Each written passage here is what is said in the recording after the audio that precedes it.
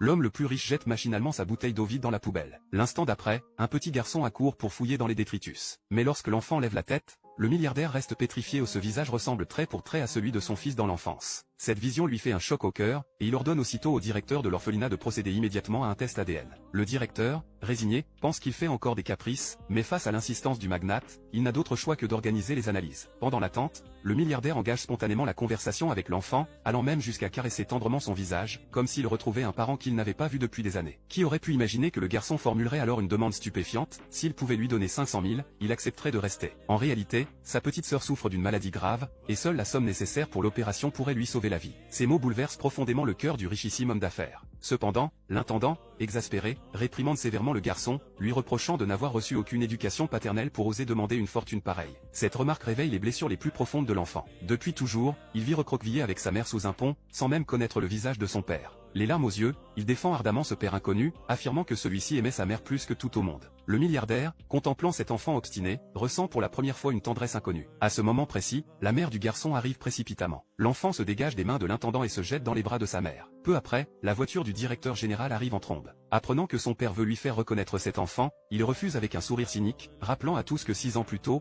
il avait été diagnostiqué stérile. Comment pourrait-il reconnaître un petit-fils sur la simple base d'une ressemblance? Cette phrase frappe comme la foudre, rendant le patriarche si furieux qu'il saisit sa canne pour fustiger l'insolence de son fils. Mais lorsqu'il se retourne, la femme et l'enfant ont déjà disparu. En réalité, la mère et son fils se sont précipités à l'hôpital, car sa fille atteinte de leucémie a vu son état se dégrader brutalement. Mais le chirurgien qui doit l'opérer participe en ce moment même au banquet chez le milliardaire, et l'intervention ne pourra avoir lieu avant 3 jours au plus tôt. Le temps presse, la mère n'a d'autre choix que de prendre des risques et décide d'emmener sa fille directement chez le magnate pour implorer son aide. Cette nuit-là, le milliardaire veille jusqu'à l'aube et reçoit enfin les résultats du test. Quand il découvre la vérité, il tremble d'émotion de tout son corps. L'enfant appartient bel et bien à la lignée des Gu. Après toutes ces années d'attente, la famille Gu a enfin un héritier. Mais le destin se montre particulièrement ironique. 6 ans auparavant, cette femme avait été licenciée par son supérieur suite à une injustice, et dans sa colère, elle avait fait irruption dans le bureau du PDG pour protester. Malheureusement, elle avait trébuché et était tombée dans sa baignoire, tombant enceinte par ce concours de circonstances de jumeaux. Aujourd'hui, la vie de sa fille ne tient qu'à un fil, et sans opération immédiate, il n'y aura plus d'espoir. Mais quand la mère arrive au banquet d'anniversaire en portant son enfant,